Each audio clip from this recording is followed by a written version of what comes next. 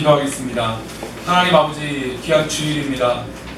우리가 이 시간 이곳에 모여서 하나님 앞에 예배하며 또 찬양하며 기도할 수 있도록 하나님 허락하여 주셔서 감사합니다. 우리 그래도 소망이 있는데 우리가 실패하고 넘어졌다고 해서 하나님을 두려워하고 하나님을 원망하거나 우리 신앙을 내버려 두거나 하나님 그런 삶이 우리 가운데 되지 않도록 붙들어 주시고 오히려 강건하여 하나님 앞에 앞으로의 역사하신 하나님을 바라보며 나아가는 우리 사랑하는 성도들이 되게 도와주시옵소서. 우리 성도들을 이끌어 주시옵소서. 하나님 우리 성도들을 살려주시고 우리 꿈꾸는 교회를 살려주시고 하나님 더 귀한 길을 예비하여 주셔서 이전보다 더 기쁨의 영광의 길을 걸어갈 수 있도록 하나님 축복하여 주시옵소서. 이 시간 함께 하실 것을 믿사오며 거룩하신 예수 그리스도 이름으로 기도하옵나이다. 아멘. 우리는 앞으로 중대한 결정들을 교회적으로 해나가야 됩니다. 중대한 결정이라고 보니까 참 재밌는 일이 우리 사회적으로 일어났었죠. 어제 이제 스웨덴에 관련된 뉴스를 제가 이제 스웨덴에 이제 1년 넘게 있었다 보니까 스웨덴 관련된 뉴스를 참 좋아하고 그때보다 그 뉴스 그리고 우리가 성도들도 아시겠지만 재개발 관련된 뉴스만 들어도 왜 이렇게 잘 들리는지 몰라요. 평소에는 들리지 않다가도 어제도 우리 성도님들에게 저에게도 뉴스를 몇 가지 보내주신 것도 있고 읽어보면 다 재개발 관련된 뉴스예요. 교회 관련된 보상 이야기 그런 뉴스들 또 이제 요즘은 이제 코로나에 대해서 워낙 관심이 많으니까 코로나에 관련된 뉴스를 듣게 됩니다. 근데 이제 어제 스웨덴에 관련된 뉴스는 어떤 뉴스였냐면 우리는 방어하는 데 집중하지 않고 치료하는 데 모든 전력을 다하겠다. 그러니까 이 얘기는 뭐냐면 이미 예방하는 데는 어려워진 현실이다. 모든 사람들이 걸리는 팬데믹이라고 하는 것은 이제 모든 사람들이 걸릴 수 있다라고 하는 가정이에요. 그러니까 조그만 규모의 전염병이 아니라 전 세계적인 전염병이 됐다라고 하니까 스웨덴은 우리는 예방을 하는 것이 아니라 이제 치료하는 데에 집중하겠다라는 것이죠. 근데 반대로 우리나라는 어떻습니까? 이 두 가지를 지금 다 하고 있는 나라이죠. 예방을 하기 위해서 선제적 조치들을 다 하고 있고 그 다음에 역학조사를 같은 걸 해서 이 사람이 동선이 어떤지 이 사람이 어딜 갔는지 파악을 해요. 근데 사실 이거는 굉장히 큰 노력입니다. 왜냐하면 다른 나라들은 하지 못하는 역학조사이기 때문에 물론 우리나라는 땅덩어리가 큰 나라에 비해서 유럽의 큰 나라나 미국처럼 큰 나라가 아니기 때문에 역학조사하는데 용이할 수는 있지만 그러나 이것은 어차피 사람이 해야 하기 때문에 쉬운 일이 아닙니다. 그러니까 우리나라는 역학조사도 하고 있죠. 그 다음에 자원봉사들을 받아서 치료하는 데도 그 전력을 다하고 있습니다. 근데 대부분의 나라들은 예방하거나 역학조사는 아예 포기하고 전력을 다해서 치료하겠다라고 결정들을 한 것이죠. 그러면서 스웨덴은 우리는 전력을 다해서 치료하겠다라고 하는 이 결정들을 했습니다. 즉 사회적이나 국가적으로도 이런 결정들을 하는 게 굉장히 중요합니다. 근데 이 결정들을 하고 나면 공가가 생각이 나게 돼요. 그렇죠?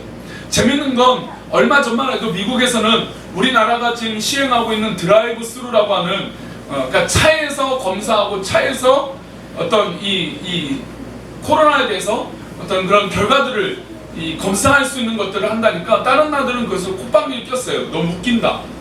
그게 무슨 효과가 있느냐 막 그랬어요. 일주일 전만 그랬어요.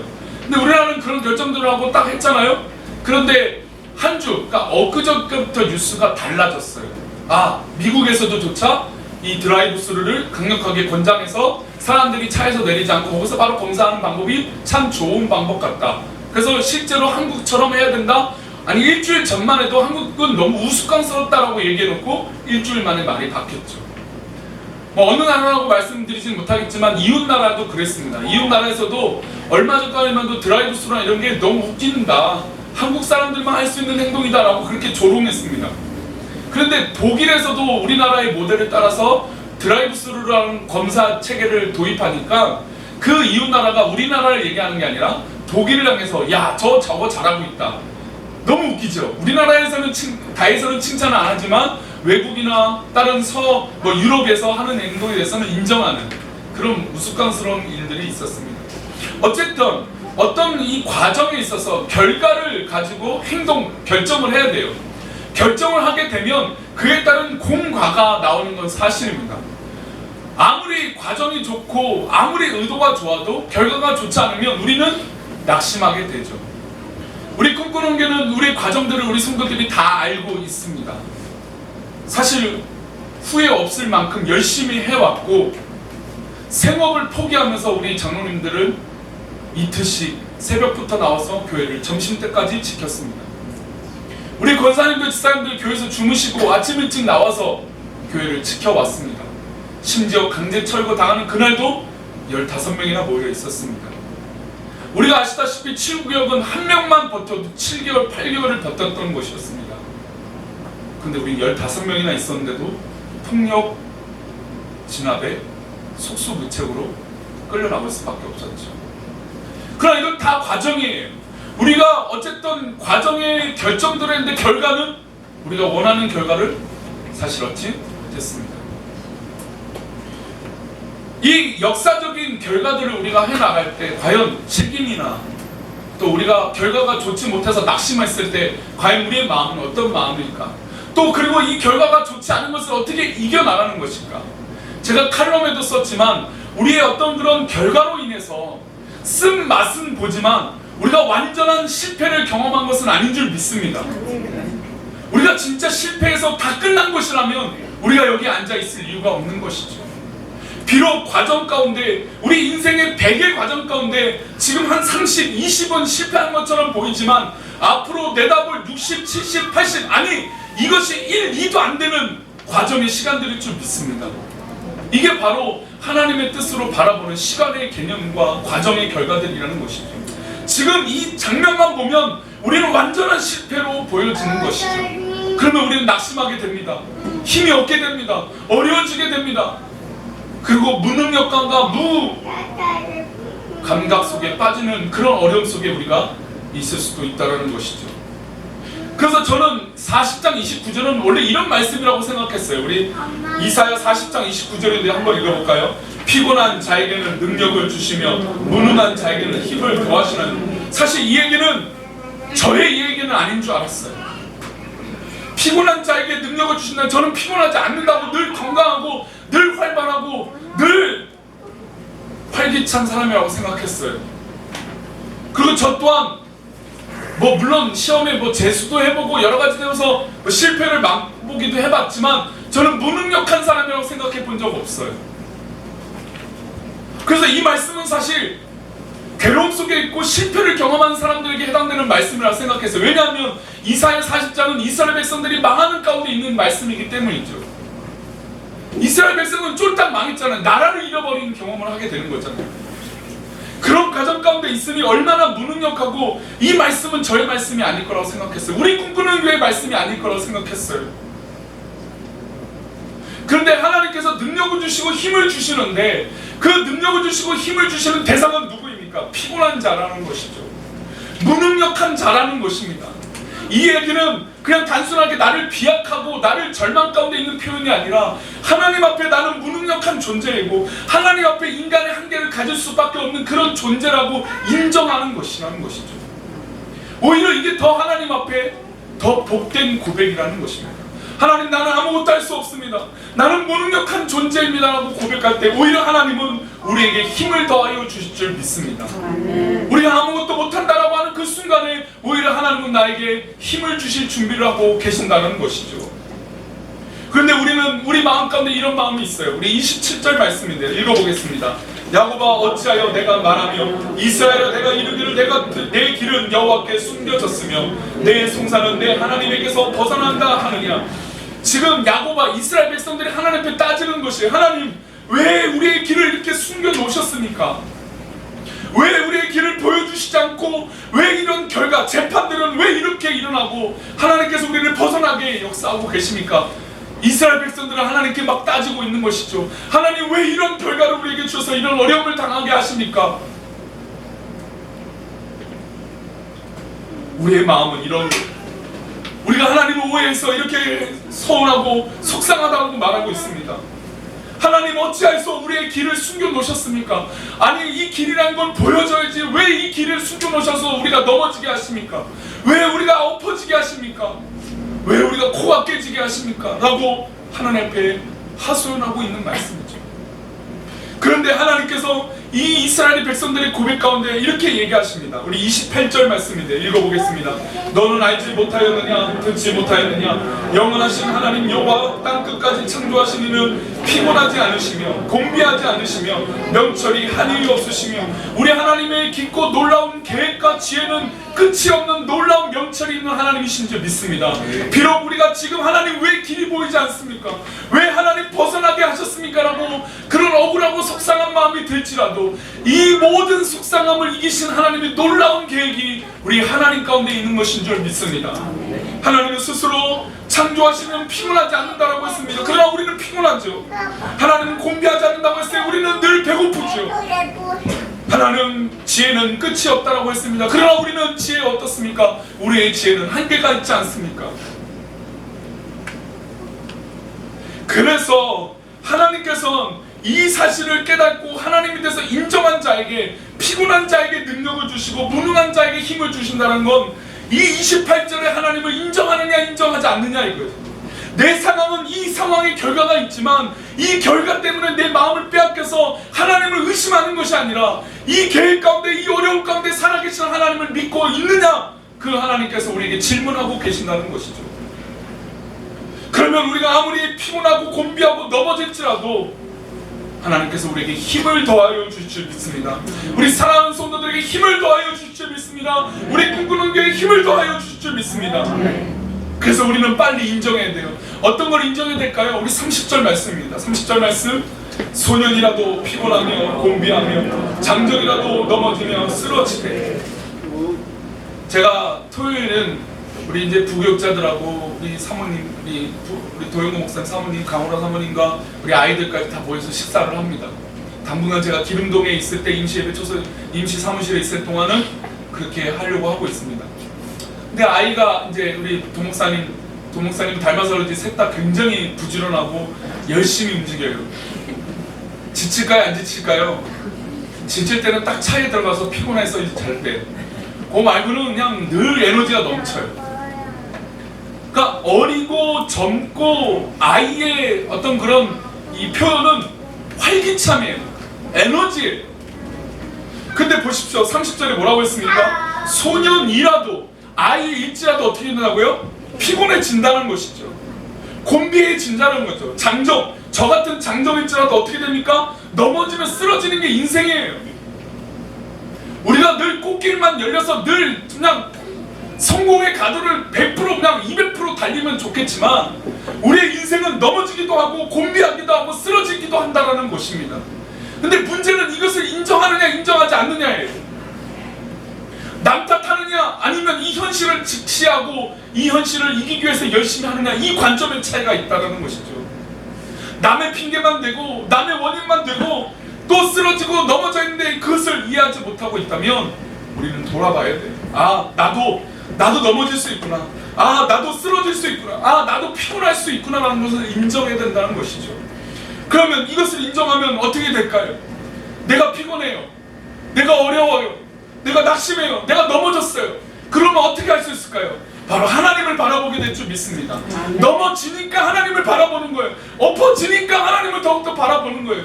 저는 고백합니다. 저는 솔직히 정말 하나님께서 우리 교회를 지켜주고 계신다고 더 믿었어요. 근데 어려운 일 겪으니까 너무 마음이 힘들었어요. 그렇다고 하나님이 역사하지 않는다 의심하진 않았습니다.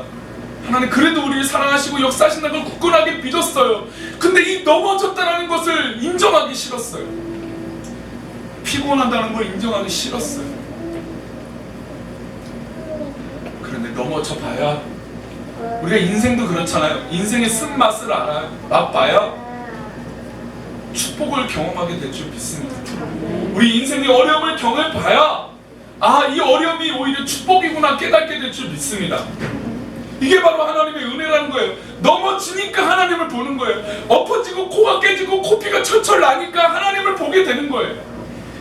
더 크신 하나님의 계획을 보는 우리 사랑하는 성도님 되시기를 축원합니다. 그래서 우리가 너무나 유명한 말씀 31절에 나오는 거예요. 넘어지고 코가 깨지고 엎어지고 피곤하니까 그 이후에 오직 누구를 바라봅니까? 31절입니다. 읽어봅니다. 시작. 오직 여호와를 앙망하는 자는 새 힘을 얻으리니 독수리가 날개치며 올라갈 같을 것이요 다른 박질하여도 곤비하지 아니하겠고 걸어가도 피곤하지 아니하리로다. 할렐루야. 지금 앞에 있는 구절과 완전히 다른 말씀이죠. 넘어져 보니까, 코가 깨져 보니까, 엎어져 보니까, 내 인생의 실패를 경험하고 보니까 그 사실을 인정하니까 이제 오직 여호와를 앙망하는 거죠. 앙망하니까 새 힘을 얻게 되는 것입니다. 그래서 우리 꿈꾸는 교회 성도들은 이제부터 더욱더 하나님을 앙망하기를 축원합니다. 여호와를 앙망하는 자는 새 힘을 얻는다고 했습니다. 사실 이 말씀은 작년에 금요기도 때 한동안 함께 묵상했던 구절입니다.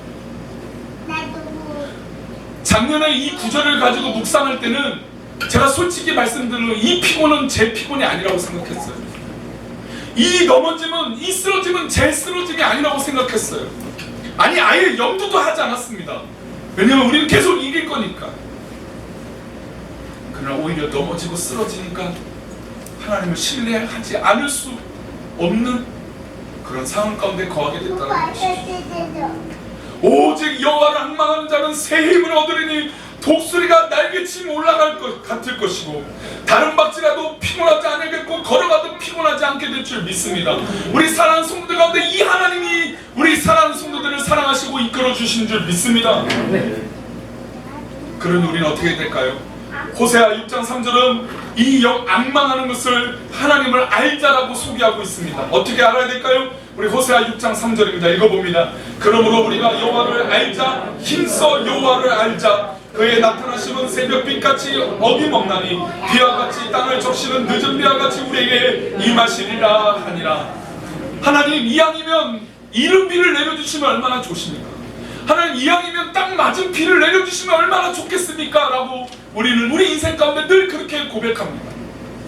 그러나 여호와를 힘써 알고 하나님을 알면 그의 나타나심은 어두운 이 방에 새벽빛같이 나타나는 놀라운 역사로 우리 가운데 임재하여 줄 줄 믿습니다. 우리가 넘어져 있을 때는 얼마나 큰 어두움입니까? 우리가 엎어져 있고 넘어져 있고 피가 철철 난 상황은 아무것도 깜깜하게 보이지 않는 그런 상황이에요. 그러나 그 어두움을 거두어줘서 어느새인가 동트며 새벽빛을 우리에게 비춰주신다는 것이죠. 해돋이를 한번 보셨습니까?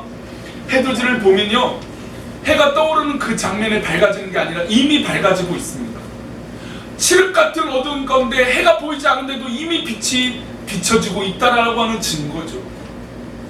하나님의 빛은 바로 우리가 아무것도 없이, 아니 심지어 태양도 보이지 않는데 어두운 가운데 있다라고 착각하는데 점점 빛이 밝아지고 오는 것처럼 하나님의 빛은 우리 가운데 새벽빛같이 비춰줄 줄 믿습니다. 그러니 우리가 지금 어둠이 있고 밤새 정말 칠흑 같은 어둠이라고 두려움이 있을지라도 그 어둠을 사로잡히지 마시고 그 어둠 때문에 넘어지지 마시고 끝까지 하나님의 그 빛을 바라보시기를 축원합니다. 그러면 우리가 그 인생을 뒤돌아봤더니 늦은 비로 완벽하게 우리를 살려주시고 소생시켜 줄 줄 믿습니다. 이스라엘은 우리가 알다시피 정말 칠흑과 같은 사막이 건조한 땅입니다. 근데 이 건조한 땅에요, 비만 한번 내리면 분명히 어제만 봐도 사막 같은 지형인데 비가 오면 그냥 순식간에 풀들이 피고 꽃이 핍니다. 그러니까 아무것도 없는 땅, 흙밖에 없는 그 모래 같은 땅에 비가 내리니까 막 소생하게 되는 거죠. 지금 늦은 비는 바로 이런 거예요. 우리가 볼 때는 사막과 같은 길이 쫙 펼쳐 있어서 하나님 이 길을 어떻게 걸어갑니까? 라고 보지만 하나님의 늦은 비라도 내려지면 완벽한 부활과 소생이 일어나게 될 줄 믿습니다. 이것은 여호와를 힘써 알고 여호와를 앙망하는 자들에게, 믿음의 성도들에게 임하는 것이에요. 그러나 세상은 우리에게 조롱하죠. 세상은 어떻게 조롱할까요? 바리새인들이 심지어 예수님이 와 있는데 예수님이 기적을 베푸니까 이 바리새인들이 예수님을 귀신 들려서 행동하는 행위다라고 이야기합니다. 우리 24절 말씀인데요, 우리 24절 말씀 읽어보겠습니다. 시작. 바리새인들은 듣고 이르되 이가 귀신의 왕 바알세불을 힘입지 않고는 귀신을 쫓아내지 못하느니라 하거늘. 세상은 우리를 이렇게 곡해합니다. 요즘은요, 인터넷에 아직 코로나 때문에 신천지 때문에 얼마나 웃긴 일이 있는지 몰라요. 교회가 예배하면 저기 신천지 아니냐? 아유, 저 목사는 신천지 목사랑 똑같은 목사 아니냐? 뭐 이렇게 조롱하는 사람들도 있어요. 모르죠? 그런 사람들이 기적을 체험하고 우리가 이렇게 예수를 믿는 이 은혜를 그 사람들이 어떻게 알겠습니까? 바리새인들이 예수님에 대해서 어떻게 알겠습니까? 몰라요. 그러니 세상이 요구하는 가치와 우리가 믿고 있는 가치는 다른 것인 줄 믿습니다. 그런데 우리 성공을 세상이 요구하는 가치에 끼워 맞추니까 어떻게 우리가 세상을 이길 수 있습니까? 작정하고 우리를 넘어뜨리려고 속이는데 어떻게 우리를 이길 수 있겠습니까? 우리가 어떻게 이겨요? 무슨 수로 이깁니까? 세상은 우리에게 조롱합니다. 저 귀신의 힘을 입어 저러고 있다. 그러나 우리가 힘써 여호와를 알고 여호와를 앙망하면 놀라운 기적의 역사가 온전한 하나님 앞에 중심을 잡고 있는 믿음이 있게 될 줄 믿습니다. 마지막으로 우리의 모든 신앙 가운데 있어야 될 정말 단 한 사람의 이름이 있습니다. 그 사람은 금과 은과 모든 것들을 뛰어넘는 놀라운 이름인 줄 믿습니다. 우리 사도행전 3장 6절인데요. 함께 읽겠습니다. 시작. 베드로가 이르되 은과 금은 내게 없거니와 내게 있는 이것을 내게 주노니 나사렛 예수 그리스도의 이름으로 일어나 걸어라 하고, 한 며칠 동안 우리 성도님들 가운데 또 주변에 저와 지인분들이 저에게 뉴스를 스크랩해서 보내주셨어요. 그 뉴스의 내용은 어떤 거냐면 서울시가 전수조사를 해서 재개발 지역의 교회랑 마찰이 있고 갈등이 심하니 2009년의 방안, 그러니까 이 법적으로 제재할 수 없는 방안이니까 이것을 전수조사해서 합의점을 만들 수 있도록 해야겠다라고 하는 걸 용역을 발주해서 내년 2021년에 서울시 방안을 다시 제정해야겠다. 그러니까 방안보다 조금 더 강하게 이 재개발 지역에 효력을 발생할 수 있도록 조사를 하겠다라고 하는 뉴스예요. 솔직히 이 뉴스를 들으니까 두 가지 반응이에요. 세상 사람들은 뭐라고 하냐면 저렇게 교회가 욕심부리고 하니까 늘 갈등이 생기는 게 맞지 않느냐.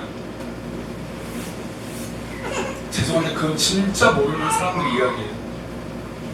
분명히 말씀드리지만 조합이 설립될 때 교회가 동의하지 않으면 조합 설립 자체가 될 수도 없게 될 수도 있습니다. 아니면 교회를 빼고 건설을 해야 돼요. 근데 교회를 빼고 건설하면 어떤 약점이 생깁니까? 용적률에 문제가 생겨요. 조망권 때문에 조망 채광률 뭐 이런 이 일조권 이것 때문에 문제가 있어서 사업성이 확 떨어집니다. 그래서 조합이 설립될 때 교회가 합의를 보려고 해요. 그리고 계약서를 쓰죠.